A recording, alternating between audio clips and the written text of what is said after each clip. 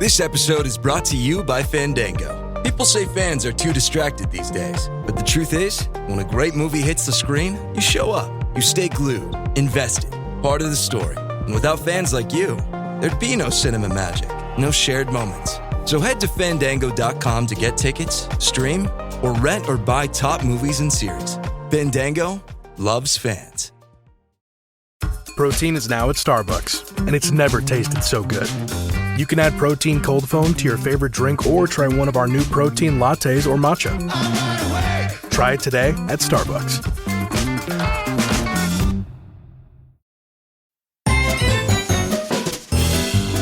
It's time for the show that brings the magic right to your speakers. Ears Up! Hey, what's going on, everybody? Ears Up Podcast. We're back. This is our news show, but we got something better than Disney news. All right, we got some breaking music news. I mean, I don't know how breaking it is, but it's breaking for us. We're back with Mr. Tom Ameen, folks. Hey guys, hey everybody. He has a new album out full of lovely piano music, and we're going to hear some of that and chat with him. And I'm excited because I haven't seen Tom since the last time he was on the show, but I was telling him before the show, I was like, okay, I want to talk to you, but I also want to just do it on the air because everyone else is going to want to know the answers to my questions also.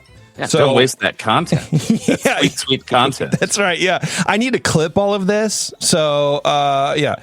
So it's always like weird to get on with guests that you've had on a couple times because of that. Because my brain, I'm always like, what's everybody going to want to know? And it's just going to be the same stuff I'm asking anyway, and then I don't want to redo it. And so, you guys were talking instead, and then we did the show. Nice. Eric and I were bonding over piano playing and That's right. music theory. It was pretty cool. It was really good. Yeah, Eric mentioned, he's like, yeah, I learned, what did you say? I tuned out, Eric. Something about like you learn music and then you learn the piano and then now you think of music in terms of what the piano is looking like or something. Yeah, absolutely. Yeah, I mean, that's the first instrument that I learned was piano. Other than like singing and whatever, but yeah. I spent years learning piano, so I can still plunk some stuff out. I can still form some chords.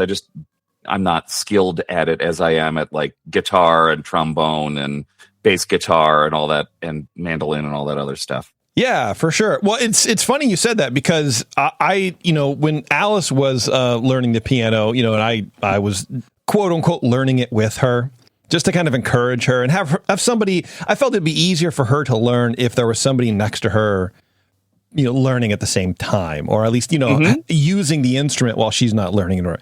And I've been told this my whole entire life, is if you want to learn an instrument, learn the piano first, because it is super easy to visualize the notes. And I've discovered that. So I kind of was understanding what you guys were saying. It's once you learn the keys, and where even a couple of the notes are, the chords are, whatever they're called, whatever musicians call them, the sound makers, then you can kind of understand the progression of the notes, and it's much easier to figure out the scale, than looking down upside down at a guitar. Mm-hmm. Very good points. You can actually see the music theory on the piano. That's what makes it so fun. Yeah, so it's pretty interesting that you pick up on that right away. You could see like the C note. What does it look like? Exactly. It's a white key. It's really cool. It's pretty neat. Yeah, it's great. Well, Tom, what's been going on, man? It's been a couple years. I think pre-pandemic, even maybe, right? I can't remember now. That long? I don't think so. I think we talked a little bit about lockdown last time, maybe. We did that, but wasn't I on? I thought I was on your show when I released Even Villains Have a Soft Side album, which I took so that was like a few years ago, 2 or 3 years ago. Okay, that's what I figured. Okay, all right. Maybe it was the end of the pandemic stuff. Maybe that I can't. It's such a blur now that it all blurs together for me. See, this is what I'm saying, right? Where it's like maybe I just wanted to remember you in a brighter time. Of course. Well, how have you been, man? What's been happening? What's new with you? Been pretty good. Just getting through life and working and teaching piano and releasing music when I can. And there's been a lot of stuff happening, so it's all good stuff. I mean, it's all good stuff. But I wanted to do this album I had this vision for a while because I play around with different piano sounds and samples and stuff like that. Yeah. And I don't know if you could, like, when you listen to the album, it's got a different kind of piano. It's a more subdued, intimate piano sound, I think. So I wanted to do a Disney album that was very low key and like meditative and relaxing, but use this kind of more intimate piano to kind of create like the arrangements I wanted. So I think it turned out pretty good. I've been getting some good feedback from it, so I think it's good. But like you know, when you're recording stuff, sometimes you're in a vacuum and you don't really know what's happening until you release it and other people hear it and say, "Okay, what do you think of this?" You know? Yes. You never truly know. No, But, no, and yes, and my folly with that is in the editing suite, where I'm editing and I'm processing my voice and Eric's voice or whatever, and I'm like, this can sound good, but it also can sound like ass, and I don't know what that is. Is it me? Am I like, you know, some people can get nose blind?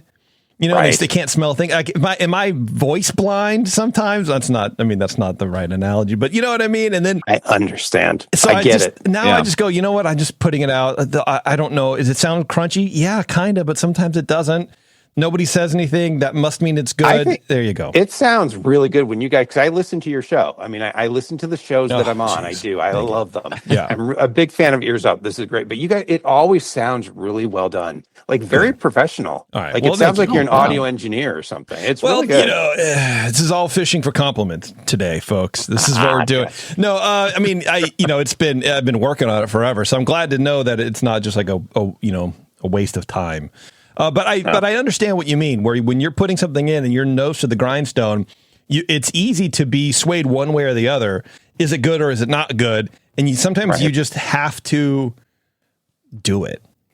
Right. You find that where you just got to put it out? I find it true. Yeah. You have to just put it out there. It's almost like some people, like artists, would say, like it's like compared to having giving birth. Like you just give birth to the baby and let it go out to the world. Yeah. See what people think of it. It's kind of that same. You're just creating this thing, you know, and and you want to make sure it's good because I'm using other people's music. It's not like when I write original music, it's a whole different feeling. But like when I'm covering songs of artists, especially beloved Disney music that people for generations love, not just me. I know there's millions of people around the world that love this stuff. So I want to do it justice and I don't want to, hack it up. And so you're just concerned about all of those kind of things when you're putting these arrangements together. But after a while, you just kind of got to let it go and say, I think this is good. And let's just see.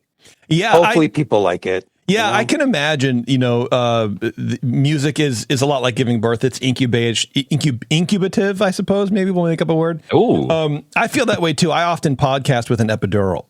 And so I feel like that way I can just kind of avoid. Chill out a little bit. I can relax a little bit, finally. Exactly. It's the one time of the week that I have to just get out of my head and I don't know. Right. I don't know. How long have you been working on? What's the name of the album?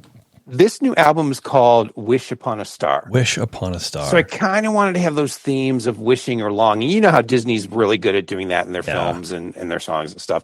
So most of the songs have to deal with that, like When You Wish Upon a Star. And I did 2 songs from Snow White because I wanted to do Someday My Prince Will Come. I had never covered that song, which I thought I did, but I looked back and I didn't. And I really, really loved the ballad from the new Snow White movie. I did not see the Snow White movie. I didn't the live animation one that bombed or whatever. It didn't do well with Rachel Zegler or whatever. Yeah. But I loved her song, Waiting on a Wish. I thought it was such a great song. So I covered that one as well.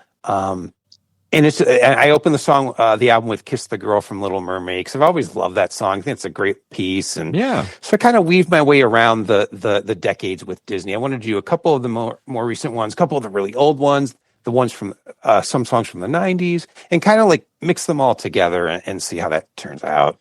Yeah, was that the concept that you had in your mind before, or you go through with this album specifically?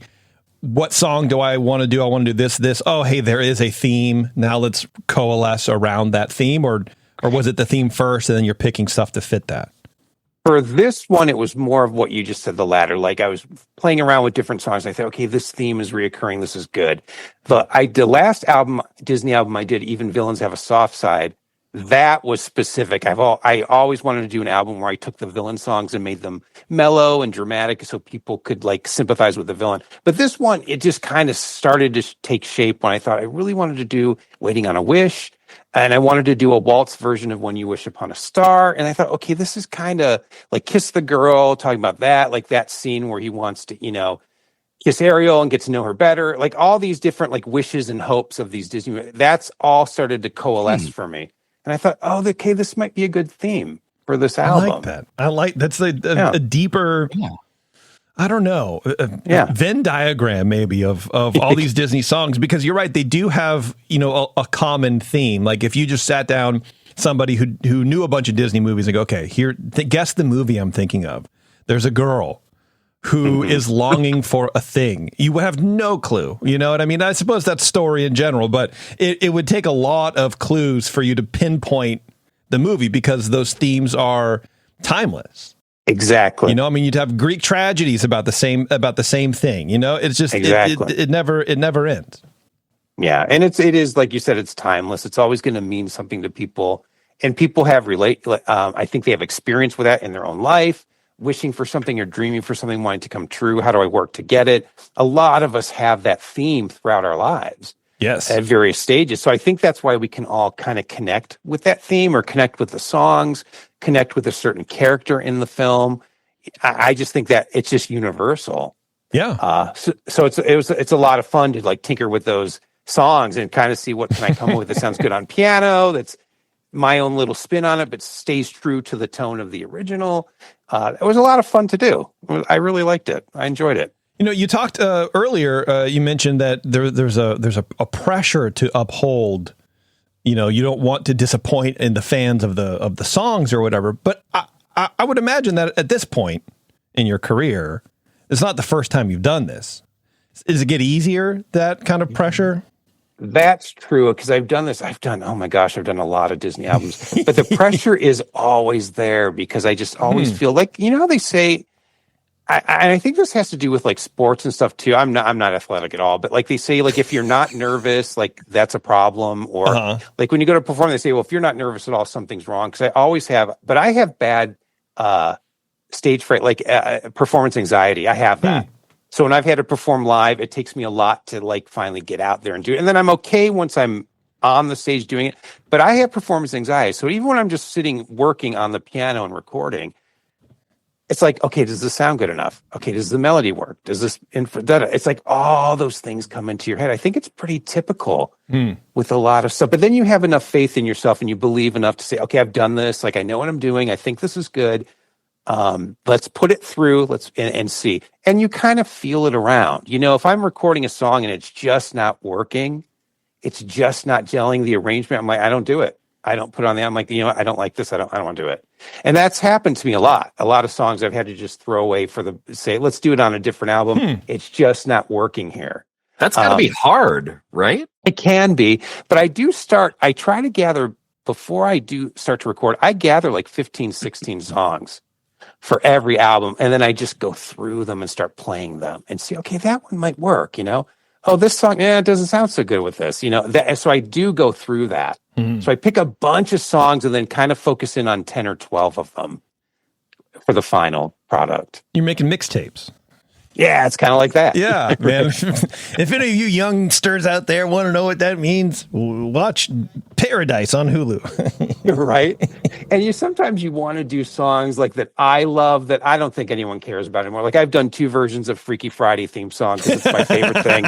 And the original from 1977, the Jodie Foster one. I'd like to be you for a day. I love Pete's Dragon, so I love Candle on the Water. I've done that 3 times. And I don't know, that's a little bit of, I don't know how much people really still love those songs from Disney. I don't know.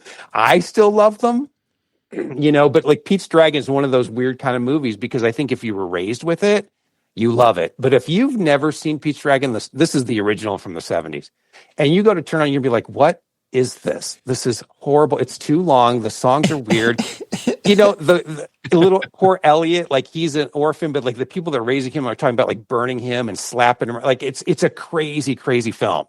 Like the words, like we own him. The song Bill of Sale, like it's bizarre. But Cutting him up and Yeah, remember, it's just bizarre. Like how did that ever how'd they get away with that?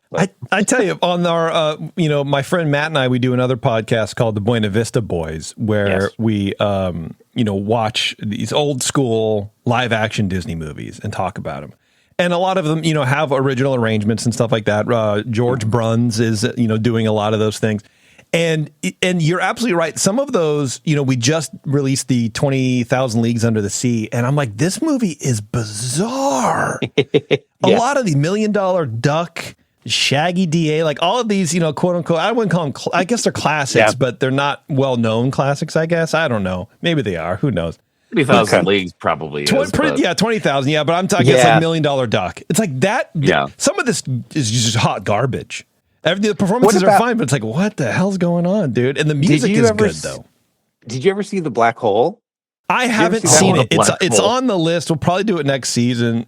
As a kid, I was a Star Wars kid. I was born. Okay, I was born in 1969. Okay, so when Star Wars came out in 1977, I was 8 years old. It was my life. Like I loved it. But then all these spin-offs of Star, and that was The Black Hole was kind of like their answer. I think it's a Star Wars, and the little robot in there. I can't remember his name, but I love that little robot. But as you watch it as an adult, you're kind of like, okay, this movie isn't that good. There's a reason why it's not hitting it for me. You know what I mean? My friend Dan has described Black Hole as if you ever wanted to see a robot go to hell. That's a Black Hole. That's a perfect description. I love that. Let's listen to a ssong, Tom. What do you think, man? All right, sounds good. All right, this is, I think, I want to say it's like halfway in or whatever. I picked out one of my favorite parts in Kiss the Girl.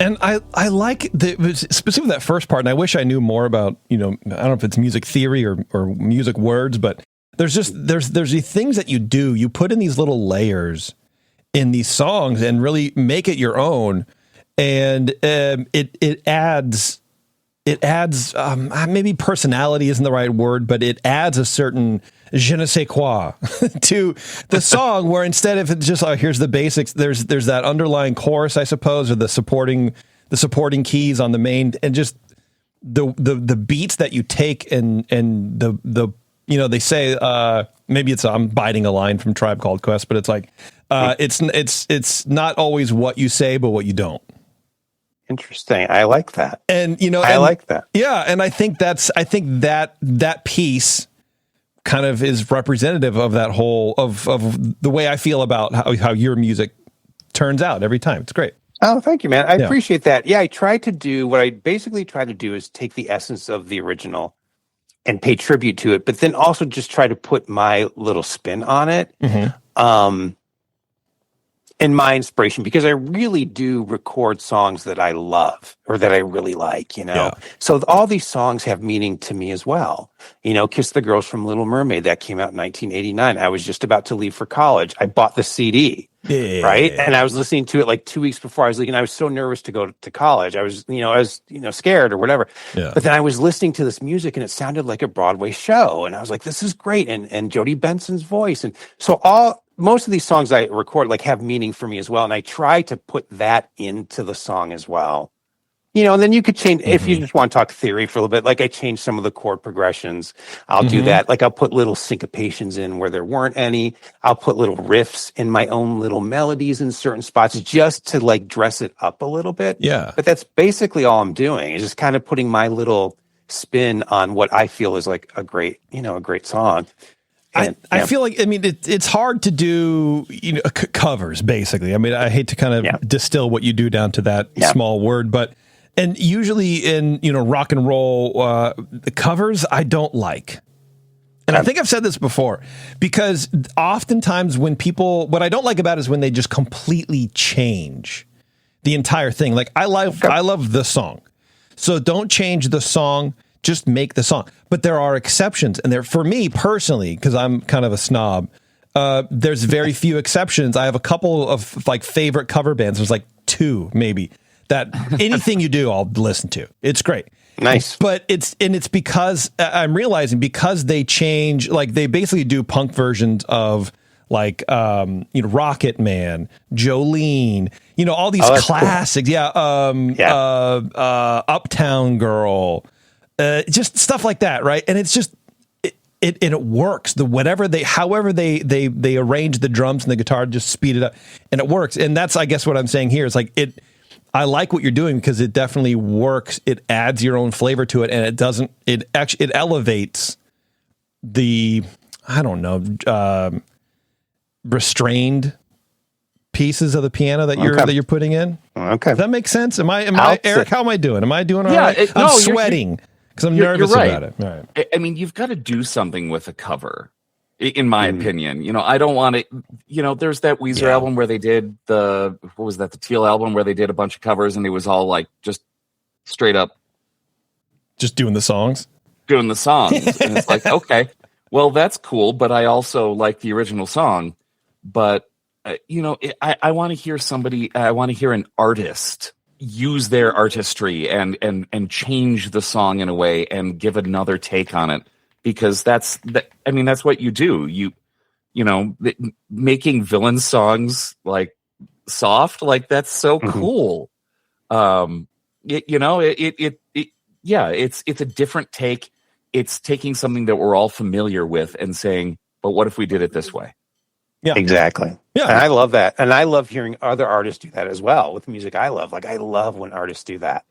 It's just so great. There's definitely, I think there's an art to it, I mean, It's, you just don't regurgitate and just redo the song and keep it the same, but do it like just only faster. Like, you got to do something to it to bring something new to the table, I think. Mm-hmm. Yeah.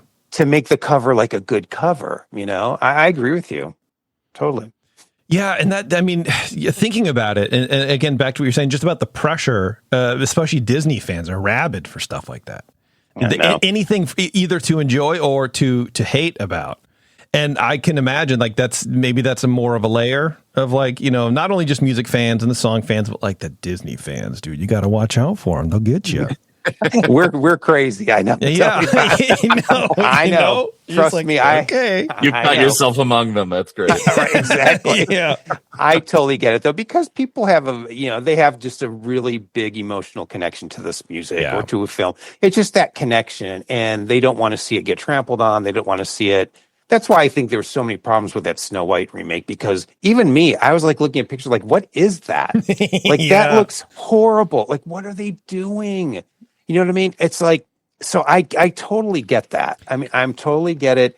And I do try to keep that in mind when I'm recording, because I don't want people to be offended. I mean, I never want that. Sure, I want people to enjoy like the music I'm creating. And I feel like I've got something to say with it, like, okay, what do you think about this? Yeah. But it's hard because you never know. You can't please everyone. And, some people, piano music is very boring.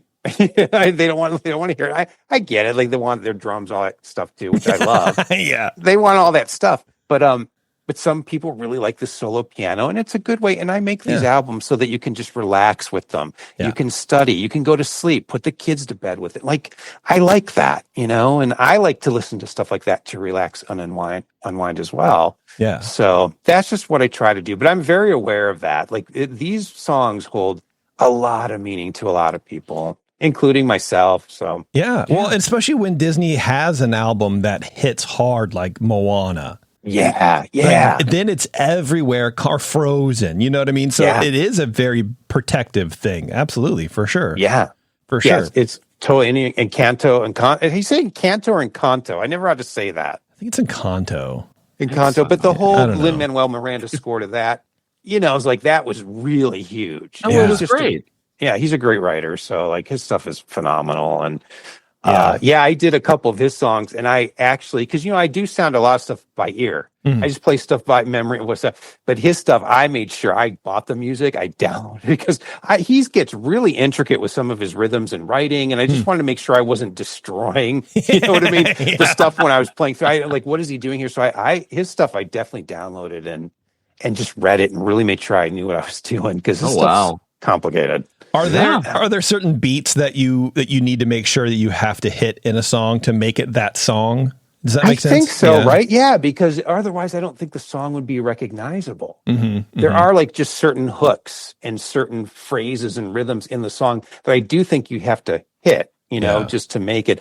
Now, there's some examples, like I did the When You Wish Upon a Star on this album, but I did change it and made it into a 3/4 waltz to make it different and not just play, because I already had recorded it once. So I said, let's throw it in 3/4 time and see how it comes out. And I thought it turned out pretty cool. It just sounds like a really nice little, music box kind of, but it's it's a waltz. It's turned into like a 3/4, and it's really pretty, I thought. So I like to do that and kind of see what people think of that too. I love that.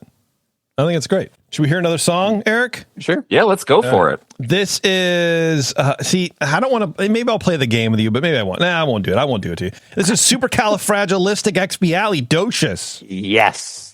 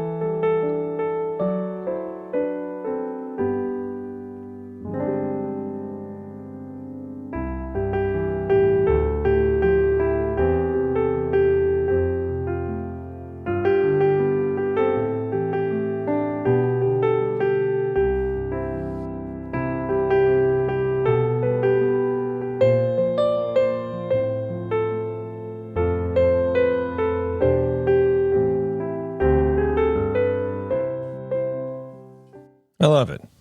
What was the part in the beginning? Is that it's not part of the song, is it? Just the intro, maybe the bum, bum, bum, bum. Yeah. Bum. I was just trying to do the diddle diddle I, but I didn't want to do it like that. There we go. Yeah. But what's cool now, see with that one, you'll notice I put syncopation all throughout the melody, but I didn't want to just play it straight because it was boring. Yeah. When I was playing, it's like dun, dun, dun, dun, dun. Like, it just didn't sound as fun as what if we sync a little bit of this, syncopate some of the melody. And if people listen to the whole song, there's a section in the end where I do play it straight. I wanted to make sure I got it in there one time, but I like that kind of syncopated pop, rhythm for that song. I think it just makes it sound more interesting when you're listening to it, because without words, all you're doing is hearing that same melody over and over again. Yeah. So you have to make it interesting, or I think it gets boring. See, this is what I'm learning about music. I'm for January 1st, for New Year's Day, I bought myself a used electronic drum kit. Nice. So I've been fascinated with playing the drums lately for some reason. And so I've been playing that, and there's I think it's Melodics or something, like Melodics. That's probably how you say it. But I mean, I guess if you're crass, you say Melodics. And it's like a Guitar Hero for drums, basically. And they have a bunch of songs where it's in the style of Aha, or in the style of Lamb of God, whatever. And so what I'm realizing is that drums it's like the joke, oh, play me something. Oh, it's hi-hat, snare, hi. Oh yeah, what song is that? Every song ever, basically. But it's the fills and the kind of zhuzh that drummers put on it.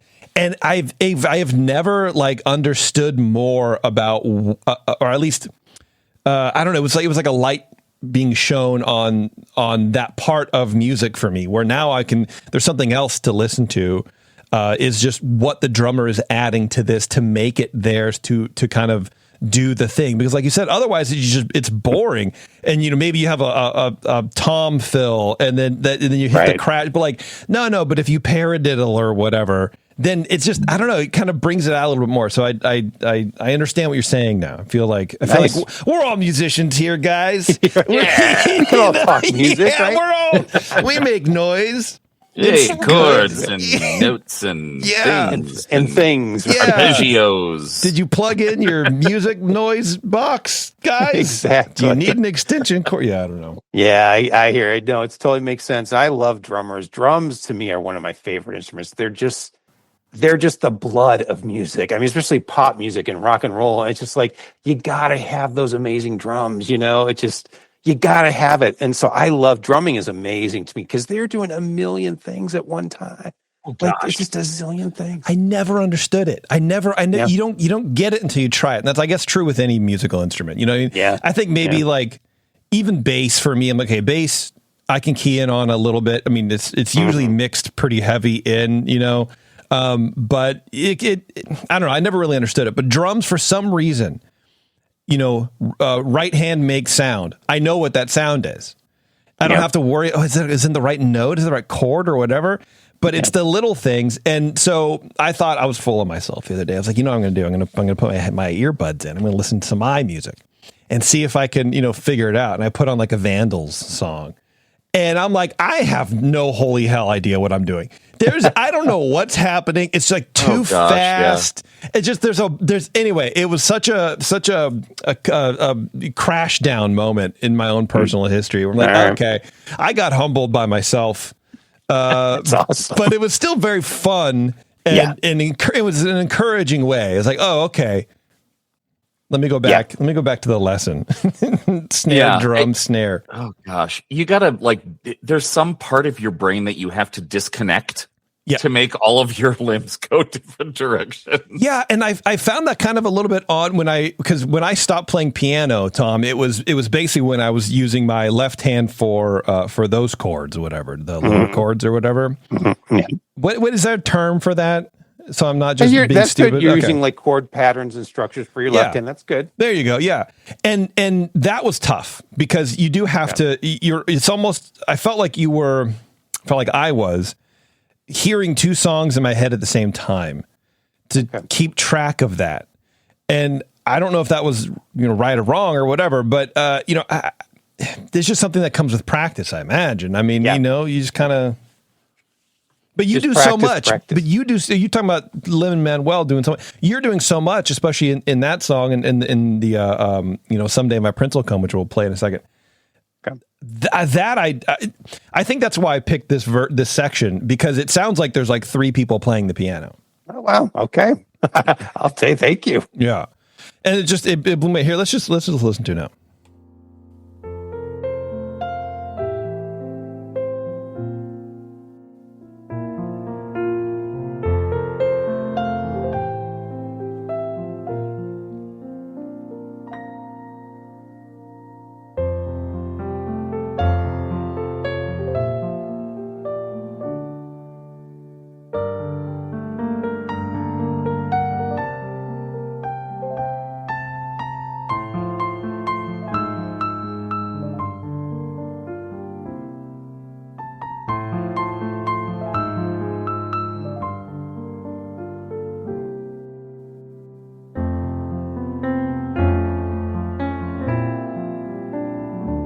I love those little high notes.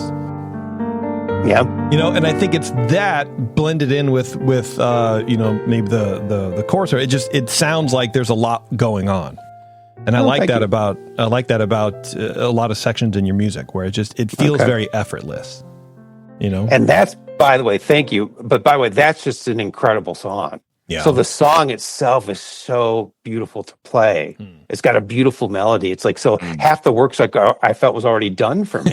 Nice. I've always loved that melody. It's just a perfect dun dun dun dun. It's just gorgeous. There are a few songs that I never thought I would play, but based, thanks to this program for the drums, I was like, I really like this song. Like one of them is a Weezer song, Eric. It's Buddy Holly. Oh yeah, which is such a fun song to play. Yeah. Do you have a song like that, Tom? You just love playing it. What's your favorite song to play? I guess would be a better question. That's a loaded question because there's so just a many. fun, like, just, you know what? I just want to rock out for a second. I just want to move my hands real fast. What do you go to? There's a couple. Any John Williams, so like E.T., like the movie themes. I love Jurassic Park, E.T., that kind of stuff. But the power ballads of Disney, like Part of Your World, Beauty and the Beast, A Whole New World, those are great to play. Okay. You could really, if you want to get like show offy, whatever, those are good songs to do that. Just kind of like rock on and just play your heart out. Those are a few examples, but anything John Williams is just great. Oh, yeah. He's fantastic. And Alan Menken, I love, and Howard Ashby, like those early 90s Disney songs are just so great to play. Yeah. They're just so fun. Yeah. You can definitely rock out with those, believe it or not. Nice. You can. I love it. Yeah. Okay. And then last we have up When You Wish Upon a Star. Okay. So let's check this out.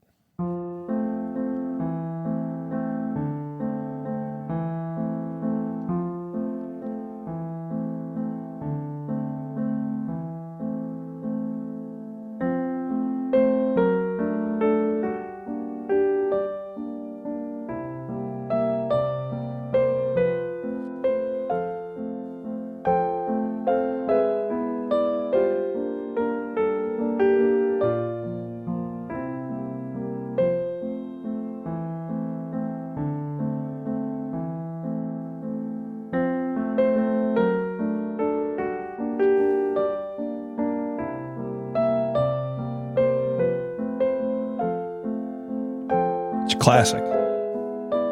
Thank you. I don't know, your pacing is always great. Your pacing is always one of the fun parts about listening to your music. You know, just a little pause you put in there, and just kind of. Thank you. It's unrestrained, playful, but serious too.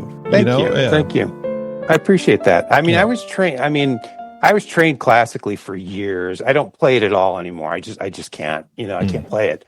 But I think that really helped me to learn how to like push, when to hold back, when to be, because the default for classical music is legato, which means smooth and connected to music. Mm-hmm. So everything, and my teacher drilled that into my head. Everything is legato, legato, legato, legato. Ever. He's like, that's what piano, he would criticize that pop pianist players don't know how to do that. They don't play legato. They're choppy. Legato. He drilled that into me from the time I was 15 to 19. So I think he just really shaped like how I play, and I'm so glad he did. Now there's times where you're going to want to be staccato and rock and roll, like it's all great. Sure. But to default to legato, which means like smooth and connected and beautiful, I think there's something to that. I think he was kind of right. It just sounds so nice, It does. Beautiful. Yeah. It's very relaxing. So it's relaxing. So I'm glad he did that. So I have even in my later years, I'm very legato in my playing, for the most part. And that's all because of like that classical training. So, but every once in a while, teachers are right, man. I know once in a while you'll get a good one, right? Yeah. Once in a while they're okay. They're right. Yeah, they're all right, man. Tom, you're moving. You're moving away from us. You're leaving the West Coast, the best coast. I am leaving Los Angeles after I've been here 27 years, almost 30 years. I'm originally from Cleveland, Ohio. So I'm moving back there to be first to be closer to my dad, because my dad's almost 80 now. He's still in good health. Everything's great, but I just want to be closer to him. Yeah. And I bought a house. Like I've been, LA is very expensive. Yeah. So it's hard to live here. And I could afford a house in Cleveland. I can't afford one here in LA. There's just no way. No. But in Cleveland, it's possible. So I decided to buy a house there. And then what I'm going to do is like try to set up like a little studio in there, so I could do like more recording and stuff there, which I think will be really nice. But that's like the big news. Yeah, is that I'm actually leaving the West Coast. Oh my goodness. So, it's not the album at all. It's you're leaving. I know. So there's a place to rent in LA, if anyway. There you go. I mean, I'm excited about it. I'm also very sad. LA's been my home for almost 30 years. Yeah. We'll see how I handle the winters now again. We'll see how bad. Oh, geez. Let's talk in a year. Yeah, now your winter isn't just rain. Right, exactly. Because winter is my favorite season in LA, because I like rain. Like I love the winter. It's like 50, 60 degrees. It's nice and chilly, but it's not cold. You know what I mean? Chilly. Yeah. But it's like cold to us. I get it. But, but to people back east, that's like, No. But so I like the LA winters. So it'll be interesting to see how I adjust to a real winter now. Yeah. in Ohio. Yeah. My buddy moved. He grew up in the Midwest, and he went to like college in Bemidji or wherever. And, he moved out here, and he wears shorts all the time. Yeah. Constantly. Sure, yeah. And he's like, it's not cold. I'm like, it is 55. And we're freezing. It's not hot.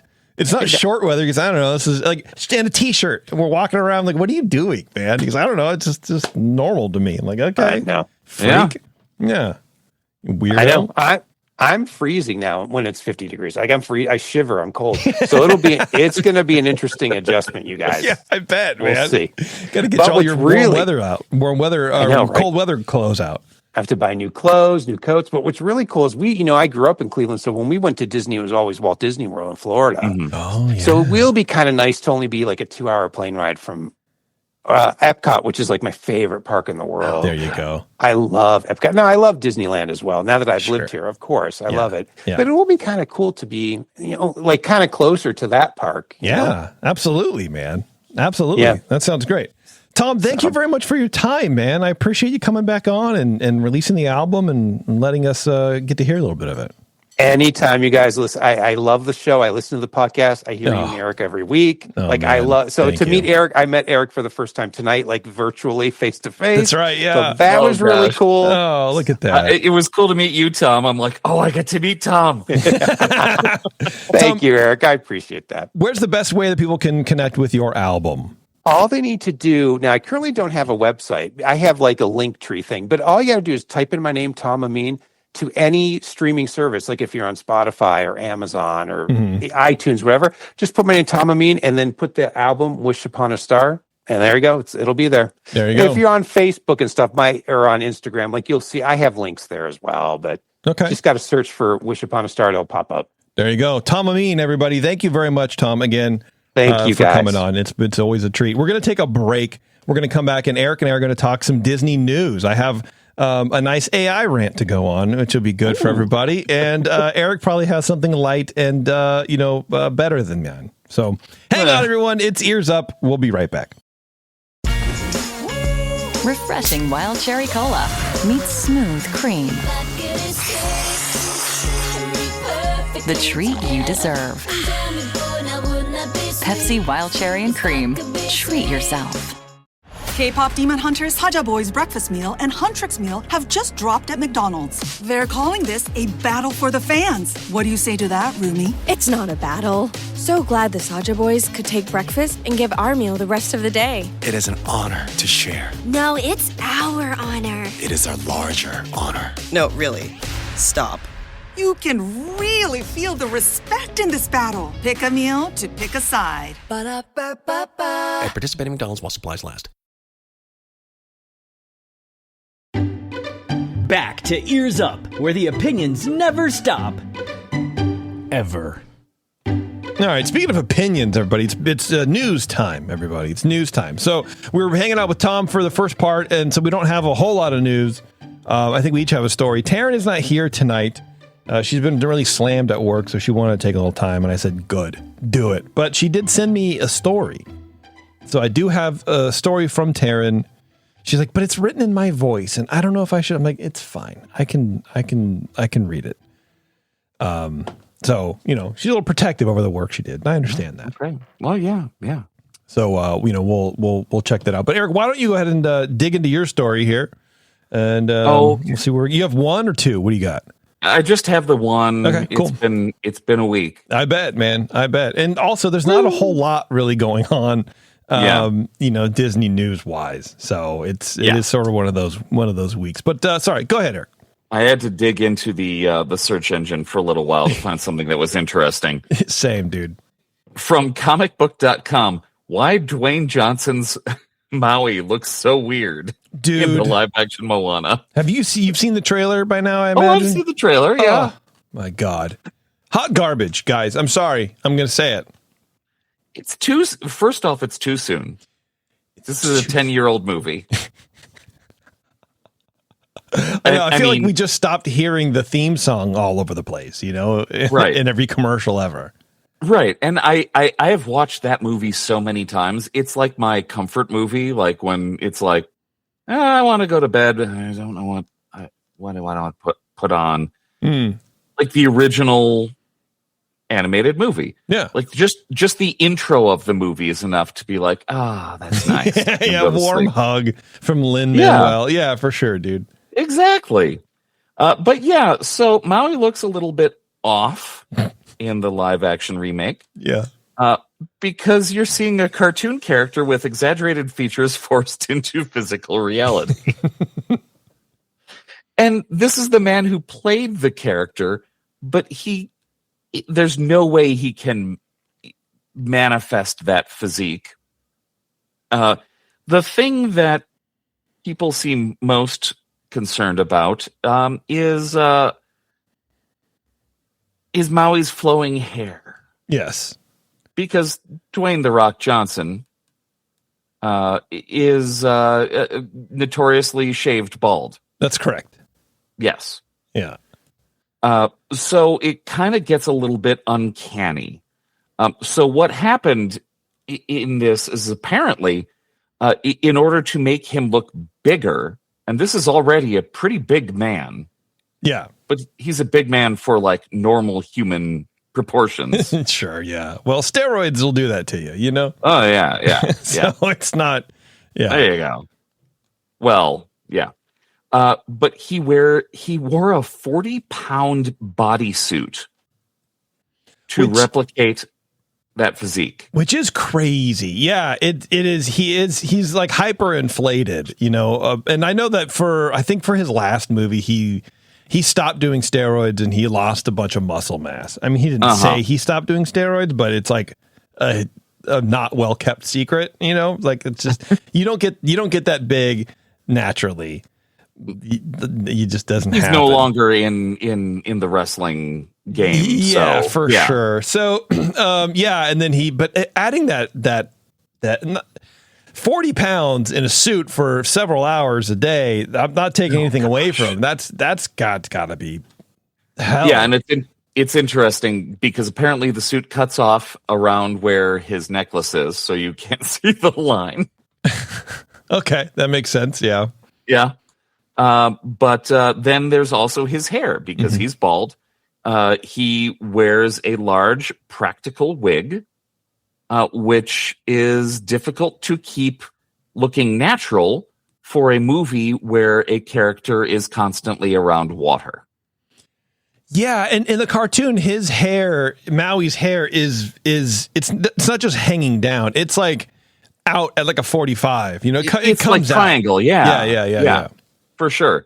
And it does not happen in this new one because they're trying to go practical. So cheers to them for not just doing everything CGI. Sure, because I mean they're already doing enough CGI.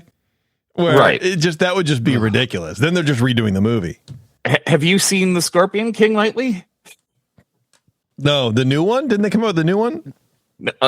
There's a new one? I don't know. Oh no, they're coming out with another Mummy.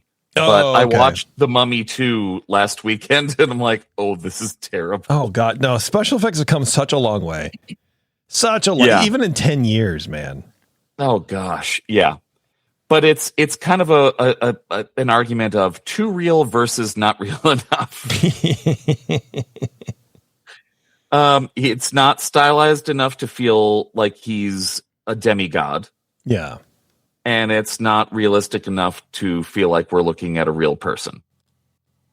I would agree with that. And I think my main complaints were his forehead is too big. Like the wig is pushed back a little bit too high on his head. Mm-hmm. His face and his head are too small for the physique that he's supposed to be having. So he just looks disproportioned and weird. And he can't act. This is a thing I've said from the beginning. That man is not an actor. He cannot act. He cannot sing. I thought he did not do a good job in Moana, even in the voice. And he's like trying to act like I don't know. The whole thing is off. The whole thing I dislike a lot. I don't dislike his performance in Moana. There are some times that are like okay. 60% of the time it's passable. Couple good line deliveries, but.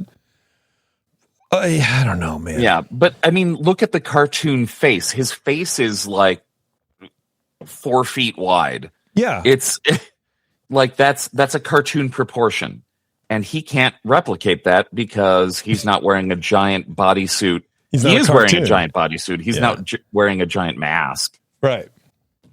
So yeah, it's kind of adjacent to Uncanny Valley. Yes. You know, it's like, but this is the character that I know, and I want to watch, and I want to understand why they made him different. Sure. And it's because he's a real person. Yes. But like, look at Aladdin, the live action, which I like. I like the live action Aladdin, but Will Smith as the genie sometimes didn't seem right. Yeah. And the Lion King, just making hyper realistic animals talk didn't well, work. I think that's part of the problem with these remakes, right? Is that you're it kind of what Tom was saying in the beginning of the show, where you're taking these things that people love and you're remaking them. It is like doing a cover song. You have to get it right, and most people aren't going to like it, or it's not going to be able to live up to the standards that the original has set. It might be passable, it might be fine, it might be enjoyable. But there's always going to be something off about it, and it's that's the disturbing thing, and you're never going to get around that. Yeah, and some of these have worked out really well. I agree with Jeremy. Cinderella was beautiful.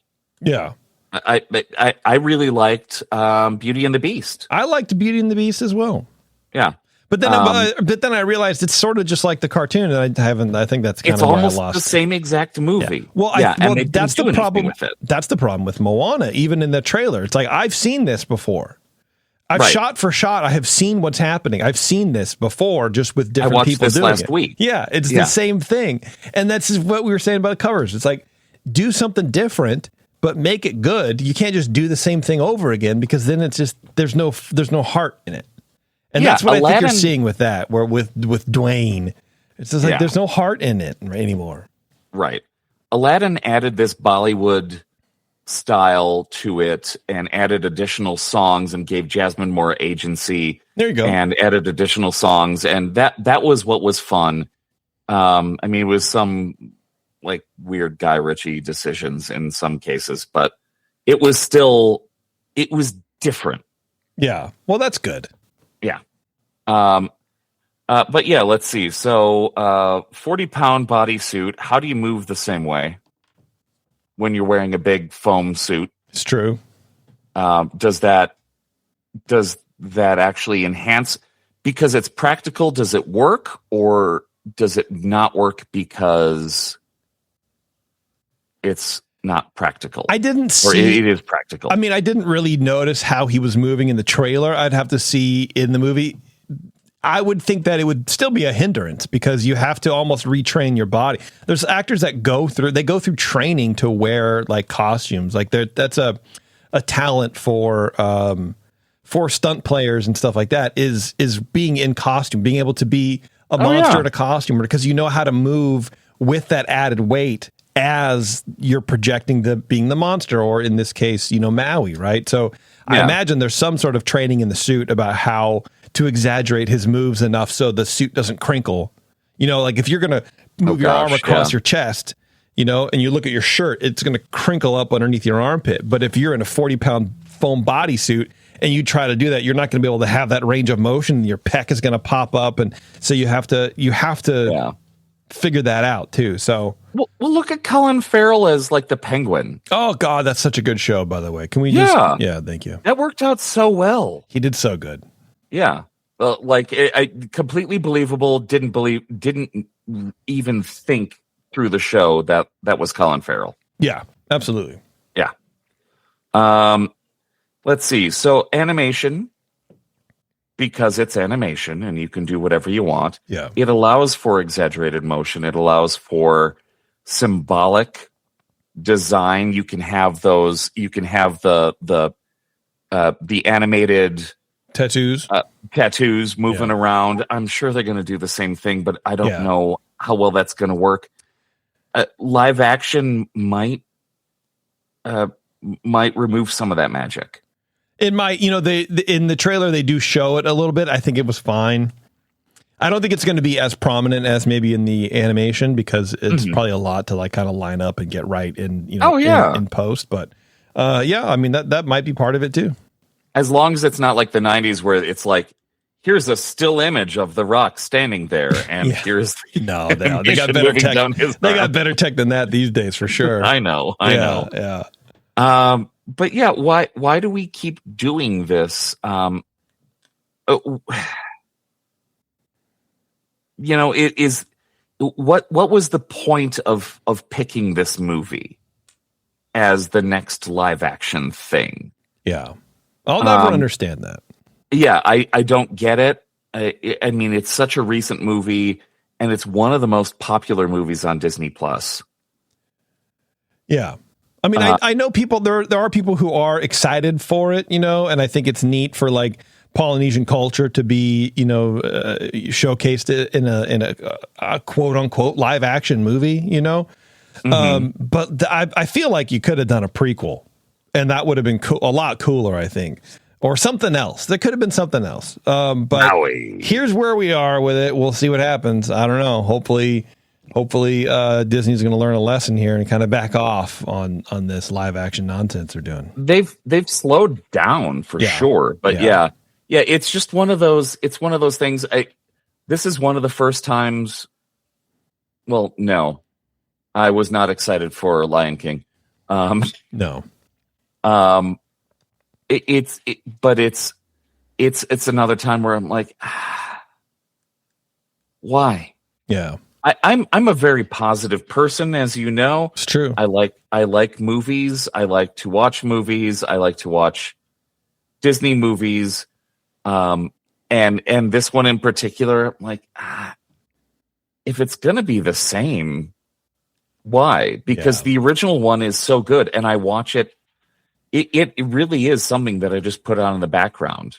You know what I think it is? Here's my conspiracy theory. In the beginning, when that movie first came out, Dwayne was like, my kids don't believe me that I'm Maui.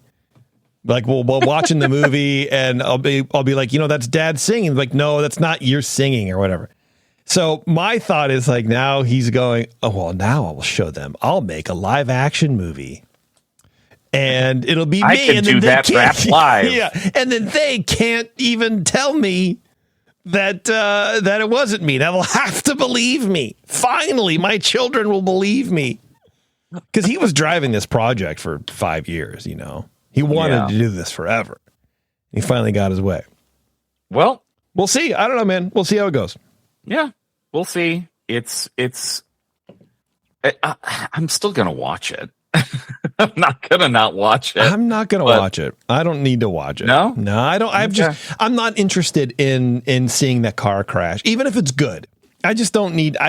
This is the thing, right? I don't need to see it because I know the story. I've seen the story. I don't have any interest in watching Dwayne Johnson act because I don't think he can. The girl seems fine, although she seems kind of flat. And it's, again, you're holding people up to an animation. Right? Yeah. Which is naturally more expressive than humans and, whatever. Right. So, right. That's how it's designed. Right. It's going to be a little bit more dull, I think. Well, because this is the transition between animation and live action. So I don't have any interest or desire to see what I've already seen, but in kind of a slower format. I don't care. Yeah. That's all. Okay. Yeah. Well, if they do some, sorry, I've got the hiccups. If they do something different, then let me know, and then maybe I'll consider it. But then again, I stay away from Dwayne Johnson movies, so it has to be really special for me to watch it. I know that's just me. I just don't think he's a good actor. I think he ruins a lot of stuff. I don't like him, but that's me. That's my not thing. Gonna watch the next Jumanji? No. That's just Raft. Jumanji 3. I love the Jumanji. See, that's what people say, man.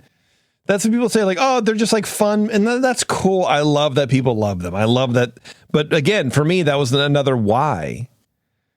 But they've made 3 of the stupid things, so we are not the. They're arbiters working of, on the 3rd. No, I think it's Wrapped. They just finished. Oh, okay. Yeah. So, well, I enjoyed the Jumanji movies. Well, there you go, man.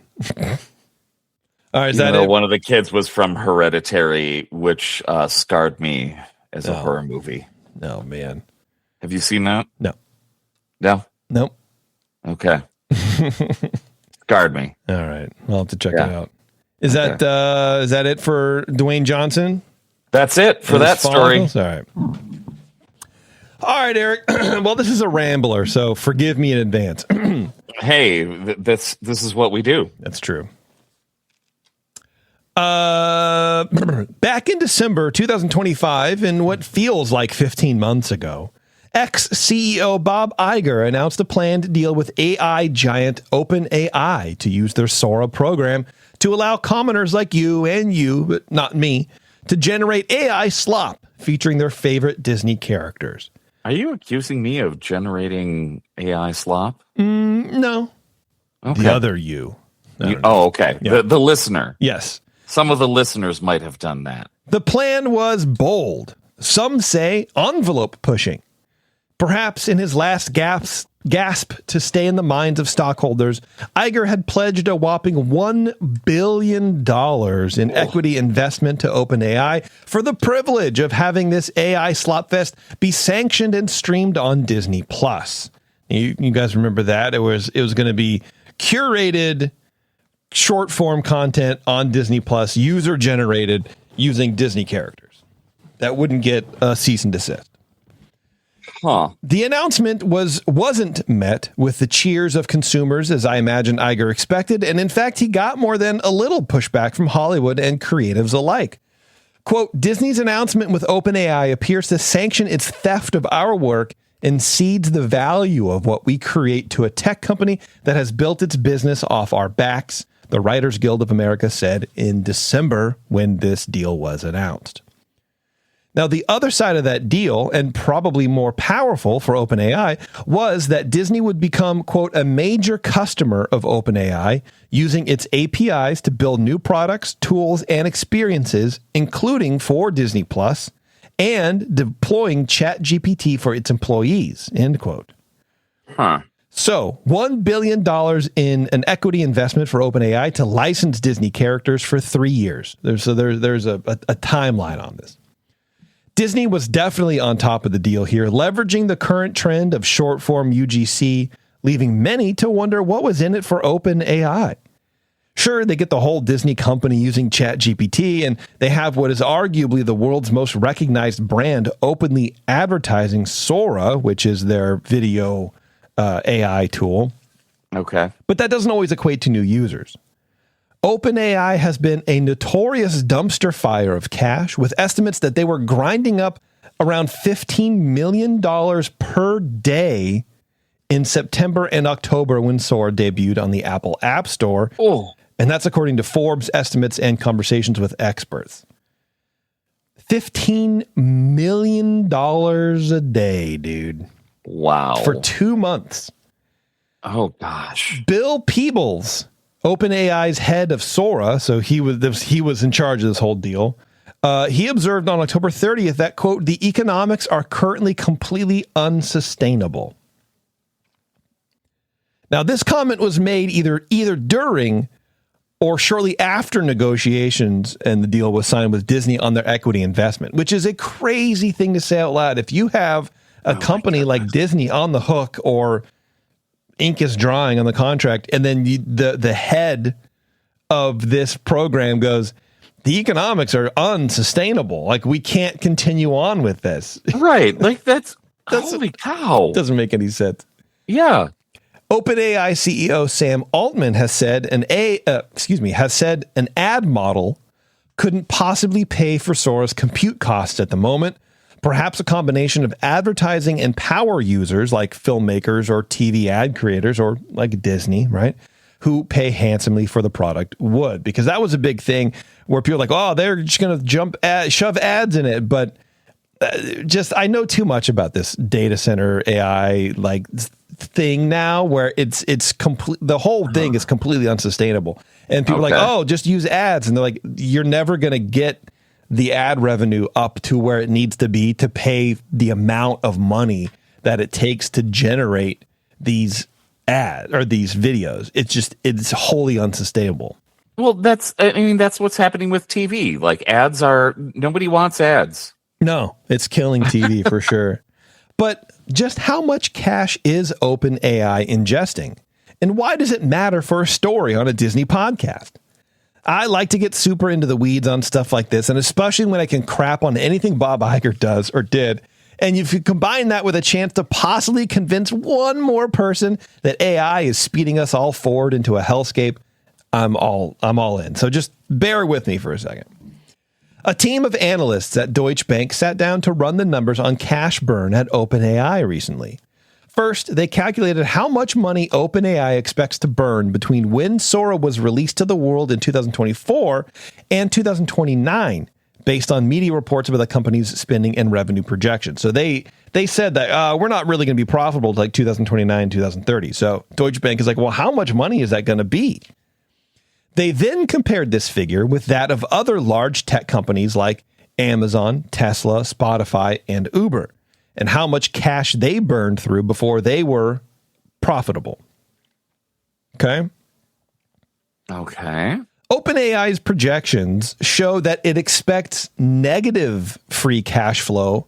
So minus negative free cash flow is debt, right? I think I got that right. Of $143 billion. Oh. And doesn't expect to be cash flow positive until 2030. Meanwhile, analysts have calculated that OpenAI could face a funding shortfall of $207 billion by then. So by 2030, they're going to be in the hole $200 billion. That could mean OpenAI will need to burn through more cash than the four aforementioned companies combined. Again, those companies that I mentioned were Amazon, Tesla, Spotify, and Uber. OpenAI is slated to burn through more cash until it's profitable than those four companies combined. Oh, wow. By 2030. Where does all this money come from? This is what I don't understand. I mean, I know where it comes from, but it's like, Jesus, dude. Jim Reed, global head of macroeconomic and thematic investing at Deutsche Bank Research and the creator of this, study or whatever, highlighted how extraordinary that this would be, that they're burning through more cash than these four major tech companies combined. He goes, quote, "Of course, OpenAI may continue to attract significant funding and could ultimately develop products that generate substantial profits and revolutionize the world. But at present, no startup in history has operated with expected losses on anything approaching this scale. We are firmly in uncharted territory." Now, these numbers weren't hidden. Disney knew all of this and still thought this would be a great ship to tie myself to as it sinks slowly, but not as quickly as I wanted to. At the time when this was announced, this deal with Disney and OpenAI, who again owns Sora, it felt to me more like Iger was simply outsourcing creativity to Disney fans. Based on the years of vocal lamentations about the death of original storytelling, the move to open source creativity seemed to me like a grumpy old man giving his grandkids balloons and saying, "Happy birthday, blow them up yourself." At any rate, we fast forward now to Monday, March 24th. Late on that Monday night, teams from OpenAI and Disney were working together on a call, hammering out details on their new joint venture, when 30 minutes after the meeting has ended, Disney got a call from OpenAI. They got a return call back, right? OpenAI had decided to kill the Sora platform, which was half of the deal that they were making with OpenAI. And just closed it. Oh, my goodness. Luckily, the deal hadn't really officially closed. No money was exchanged, but that's, I guess, what they were working on. But they had entered into that agreement. Oh, okay. And so they're working on it. And then 30 minutes after the meeting, they're like, yeah, by the way, you might want to call them back and tell them we're not going to do this. The reasoning is OpenAI executives are now focusing on other research areas, including robotics and building artificial general intelligence, diverting the GPU usage from generating meme videos of Albert Einstein punching Dr. Robotnik in the balls.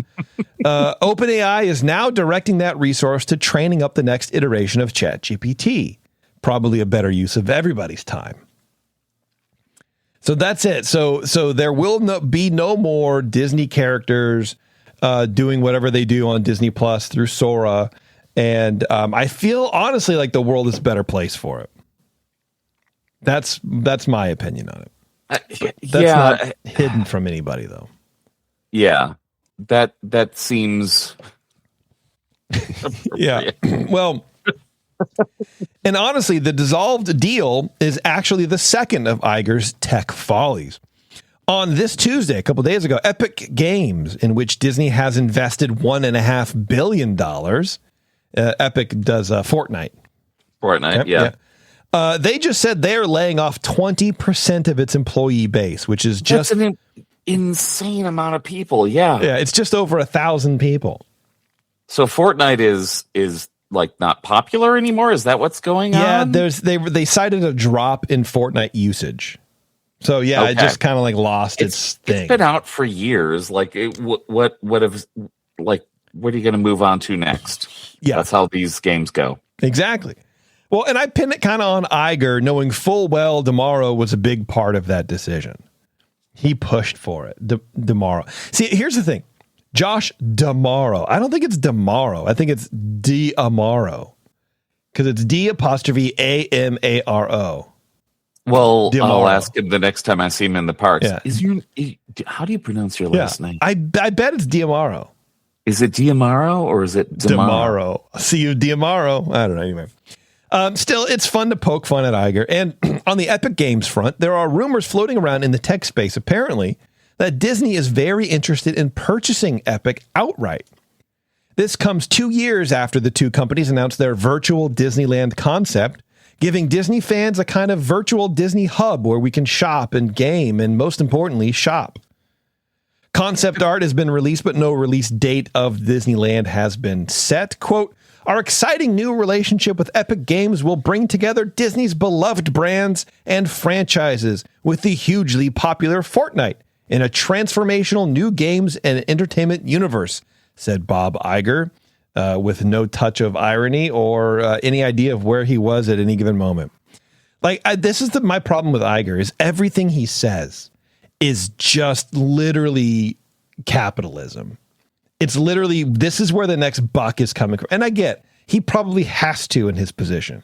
Oh, well, yeah. But that's always interesting. It's always about the franchise and the brands and the things instead of like, hey, we're going to connect with everybody. I don't know. It makes me feel weird. It is interesting. I do have another story that I can bring up when you're done with that one that kind of goes back to Bob Iger. So okay, well, we'll see.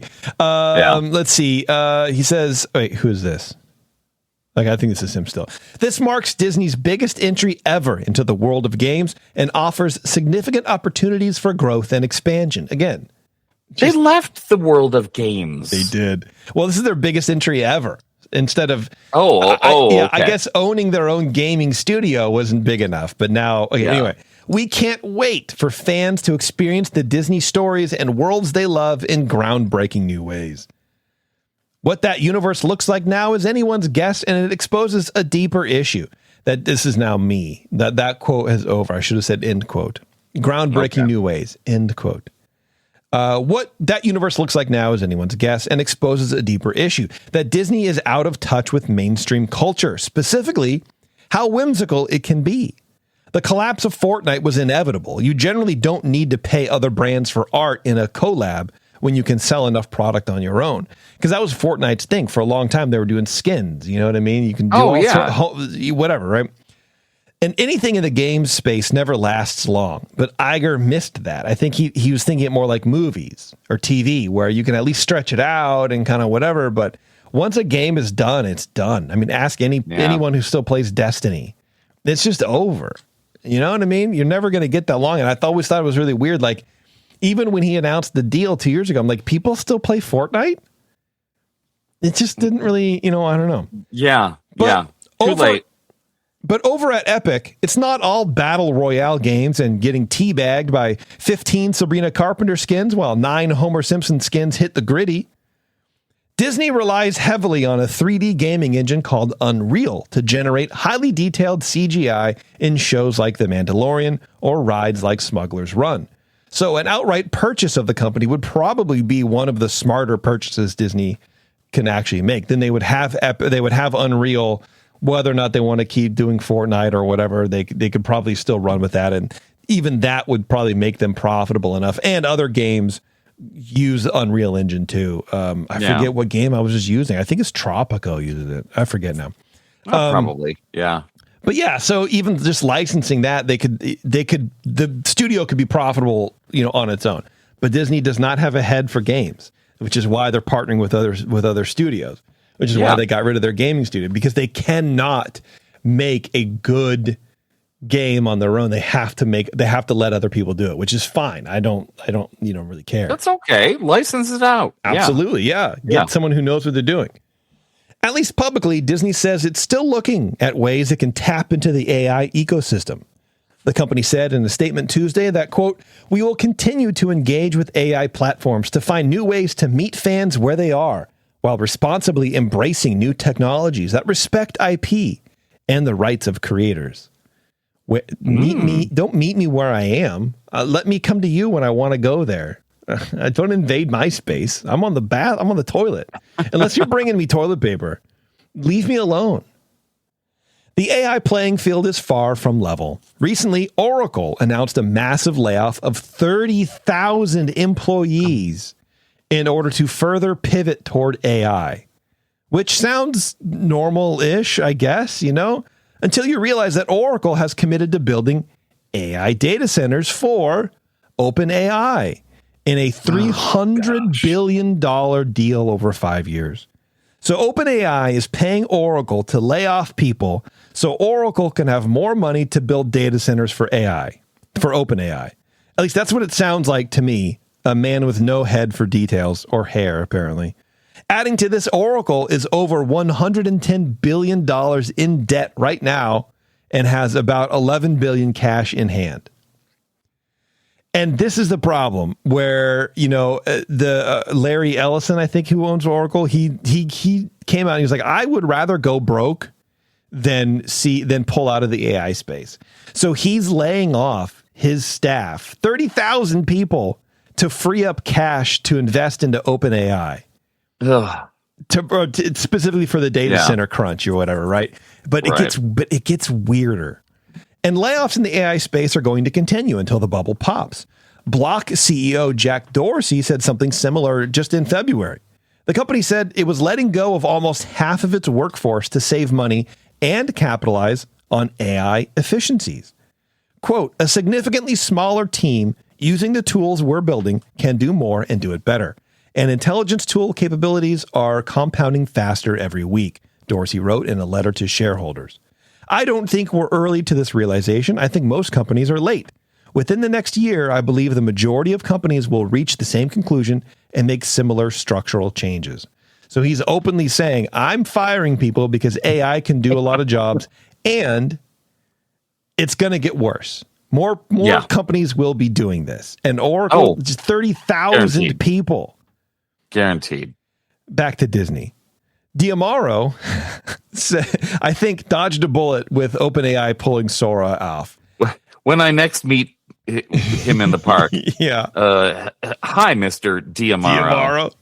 As much as he wants to leverage AI tech to help Imagineers tell magical wonderment stories with passion and connectivity to where the customer lives or whatever he said, it's pretty obvious that the biggest losers in the AI space are the ones driving it forward, the employees putting in the work.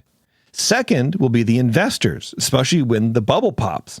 Billionaires disrupting their current cash cows to bet on a product that literally won't produce for another 4 years, if ever, is wild. Disney is better off sinking their efforts into driving their magic deep into our cerebral cortices in more traditional ways. Diamaro, hit me up. I got some ideas I want to discuss with you. And tying on the back of that, just real fast, like we're talking about AI data centers. And I'm not going to go too far into it because I've already been yammering on for an hour and a half, and nobody likes my A. Well, Tom likes my A rants, but otherwise, as long no as one Tom cares. likes it. Yeah. So the problem with data center expansion, people like we had one trying to come to town, and there was a town hall meeting where this person was like, "Yeah, all this vineyard crap out here, I want to get rid of it, and I want to like rezone it to potentially add like light industrial or maybe even a data center." And I was proud of my city. They're like, "No, hell no." And the guy's like, "Okay, hey, it was just an idea." But the problem, people are like, "Oh, it'll be jobs or whatever." But what people don't understand is it's not just like community jobs. There's a handful of people that are specialized in building AI data centers, and they just get flown around from city to city building them, and then they leave. The other part of it is power. The power draw that these things take is so great that a lot of them aren't even running at full capacity because there's the power does not exist for them to actually be running at full efficiency. I read somewhere that it was like one of the major data centers, I think it was an Amazon data center, would need, if it was running at full capacity, would need the amount of power that New York City generates in a day. Gosh, the entire city? The entire city. It's like 2 gigawatts or some shit like that. So it's never going to happen. Like these are the things, right? It's never going to happen. And when you're building these AI data centers, these people bring in these big methane turbines, which is what you're seeing outside of Memphis, where the Grok AI is, trying to build the data center. They have their data center up, and there's not enough power, so they have these giant 15 turbines that just spew methane gas into the atmosphere and choking people out because they don't have enough power to make it run. So they're just it's all of these things. And so once you start learning about even just the materials to make the cabling to go into the systems, we can't produce enough to build out the data centers as much as what we're thinking. So these AI companies go, "Oh, we're going to build a data center here. We're going to put one here. We're going to put one here." We can't. Even if it's slated for, even if you have the structure, you can't build it because there's not enough computers. There's not enough material generated to build the thing. Then you don't even have any power to run it as well as you want to. But here's the last thing, and I'm going to go. This is from the Benton Institute for Broadband and Society. Data centers built to power AI produce so much heat already. And again, not all of them are running, at a peak efficiency. And already we're seeing the impact. So much heat that they can raise the surface temperature of the land around them by several degrees, creating so-called data center heat islands that may already be affecting up to 340 million people. Andrea Manaroni at the University of Cambridge saw that the amount of energy needed to run a data center had been steadily increasing of late and was likely to explode in coming years, and set out to quantify the impact. The researchers took satellite measurements of land surface temperatures over the past 20 years, cross-reference, blah, blah, blah, more than 8,400 AI data centers around the world. They chose to focus their investigation on data centers located away from densely populated areas. You've heard when you have major cities with a lot of concrete and it gets hot, concrete absorbs the heat and makes the island effect, right? So they wanted to kind of like negate any of that information, right? So they discovered that the land surface temperatures increased by an average of 4 degrees Fahrenheit in the months after an AI data center started operation. In the most extreme cases, the increase was 16 degrees Fahrenheit. The effect wasn't limited to the immediate surroundings. The team found increased temperatures of up to 10 kilometers away. 7 kilometers away, there was only a 30% reduction in the intensity. So it's not just around the data center. I don't know what a kilometer is, but it sounds far. Nobody knows what that is. And I guess here's my point with all this nonsense, just to bore everybody even more. Here's my point. Is Disney likes to be green, and they like to do this whole like, oh, we recycle, and I was going to do this other story, but I've talked too much. Whereas like this month you can meet Wally and Eve at Disneyland for Earth Month. Remind us to be green and recycle and all that kind of shit. It's like, yay! But you're investing in a company that's actively contributing to a global crisis of not only water but energy and land, and you're increasing the temperature. Like that dichotomy is always interesting to me. Whenever Disney does stuff like this, it's always interesting. It's like, do you know what you're doing? Or do you not know what you're doing? Or are you greenwashing what you're doing because you know on the back end you're just kind of funding these companies to keep doing this? That's it. I'm done talking. Okay. Well, then let me give you a little shot of light in the darkness. Yeah, please do. And then I got Taryn's story, and then we'll leave. We'll get out of here. Okay. Do you know have you heard about Zootopia 2? I have. Yeah, I heard it's fantastic. It's doing very well. It has made more money than many other movies ever. That's good. And I don't have those numbers. That's all but right. Have you heard about a cameo where they watch the television and see a weathercaster named Bob Tiger? No, stop it. You already figured it out. It's not really a tiger. Well, it's a tiger. Oh, okay. Yeah. But it's voiced by pal. Bob Iger. Good Lord, dude. That guy. Sorry, go ahead. Go for it. No. You go ahead. Okay. He started his career as a weather reporter. Okay. Yeah. I mean, yeah. I guess I'll let him off the hook on that one. Okay. Now, what's interesting is, have you've watched plenty of Bob Iger clips? Sure. Over the years? Let's say yes. Okay. Well, he's not always the most charismatic. No. I think Chapek was more charismatic than him, actually. Oh, gosh. Yeah.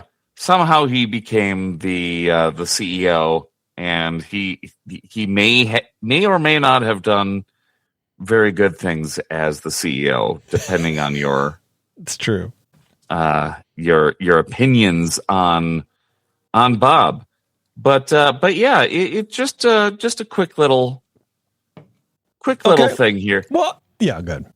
Yeah, because he appears reporting the Furcast for the city. That sounds like a fishing camp for hairy men. I don't know. It's just such a weird. Puns are cool. They're fine, but sometimes bears only. Yeah. Anyway, go ahead. It's just one of those random cameos. They crammed a bunch of cameos into Zootopia 2. And this is like Bob Iger's swan song. Yeah, exactly. He leaves the company. It is cute. I get it. I understand. That's fine. Cool. Good. That'll be great. Okay. I'm proud of him. All right. There are also some wrestlers in there and some other random people that are fun. But I wanted to bring up Bob Iger just to get your hairs up. Yeah, I love it, man. I love it. All right, well, here's Taryn's story, and then we're gone, okay? Should I do it like everyone's favorite dog?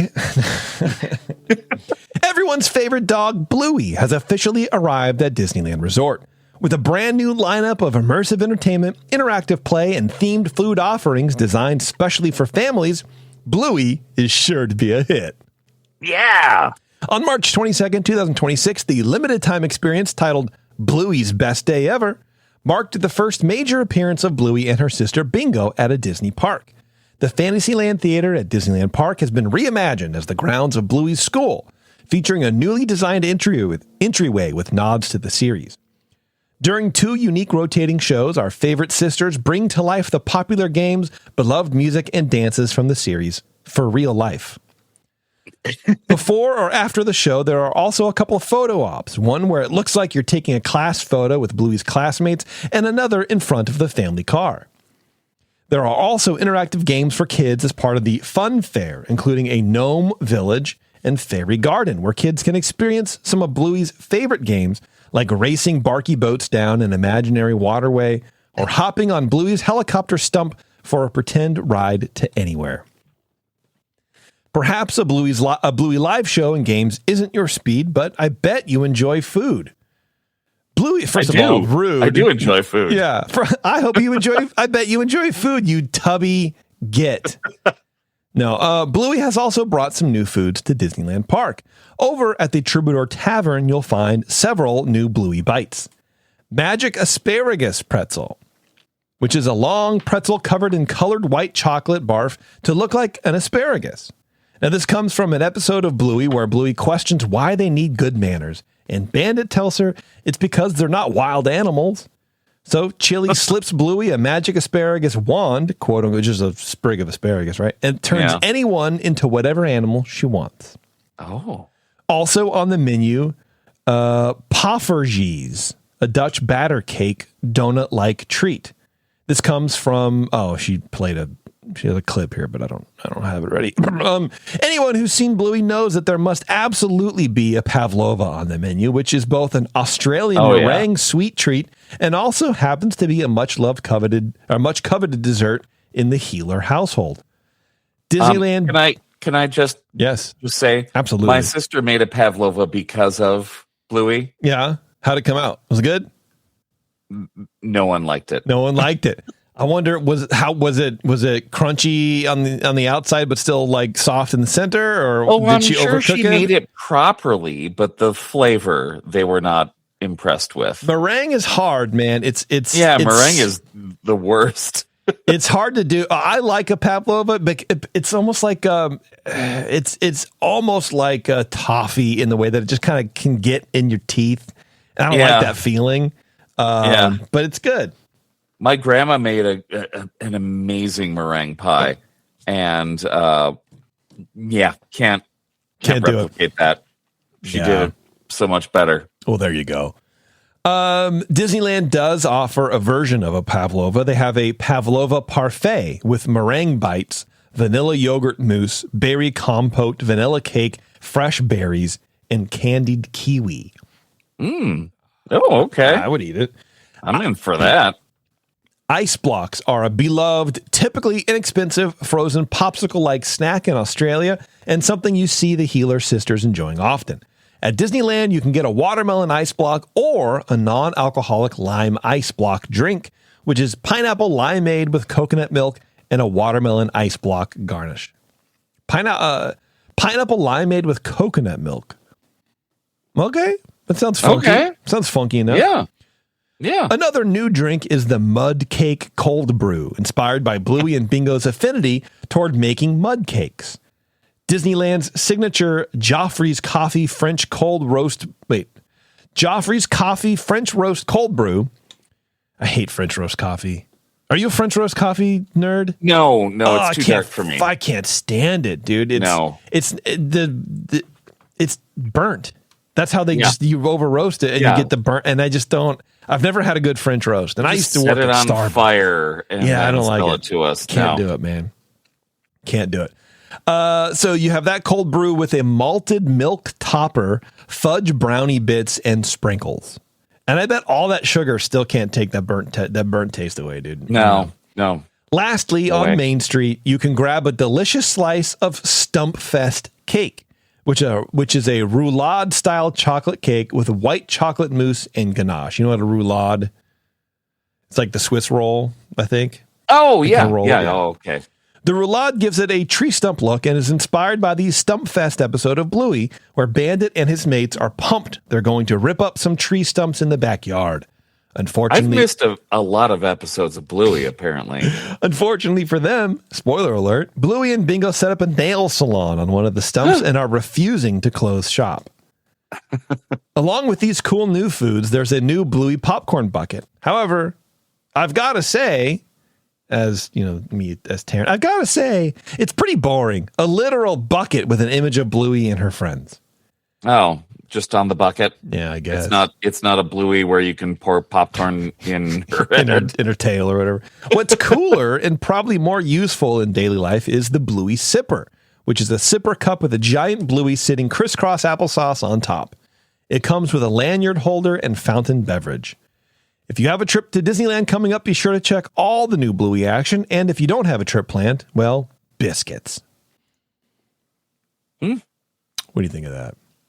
Yeah, Bluey rules, dude. I love a Bluey thing. I'm excited. So we're going. I love Bluey. We're going to be down there the 13th through like the 15th or something like that. In April? Yeah. Oh. Yeah. Damn.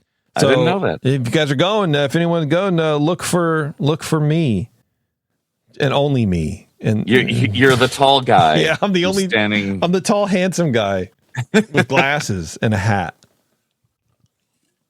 Who's looking irritated? Yeah, it's like, do we really got for some reason? That bench was taken. I wanted to sit on that bench. I'm surprised I didn't get more hate mail from that episode, to be honest. I really am. All right, we're going to get out of here. Eric, thank you so much for being willing to work around Tom's schedule. We wanted to get Tom on here before he moved because he's a traitor to the West Coast, baby. Oh, gosh. It was so great to talk to Tom. Yeah, I know, man. Man. Every time we do, it's just like we're just still continuing the same show, you know? It just doesn't get weird. It's never weird to talk to Tom. And I like that. I appreciate that. You know what I mean? So yeah, we'll have to get him on whenever he produces more work. I mean, geez. Slacker. What has it been 3 years for? Come on, Tom. Keyboard. Yeah. No, I appreciate it. Thank you very much. We'll be back, I don't know, a couple weeks with another show. We got to figure out what that is. If you want more information on everything that's going on the EarzUp Podcast Network, please go to earsup-podcast.com. Check it out. I just released the other day the 20,000 Leagues Under the Sea episode of the Buena Vista Boys, and that was a lot of fun. And there you go. There's also a new channel in the Discord to let you know about when shows are released. You can join that. Come hang out on Twitch, go to Patreon, do all the fun stuff, and help support us, please, and keep us on the air. I would really appreciate it. All right, Eric, thank you very much. I appreciate it once again, man. I'm grateful. I have a lot of grace to give, and to you, sir, I say, here's some grace. Oh, well, thank you for that grace. Yeah, you got a little grace on the side of your beard, though. All right, everybody, thanks a lot for tuning in, and until next time, we'll see you.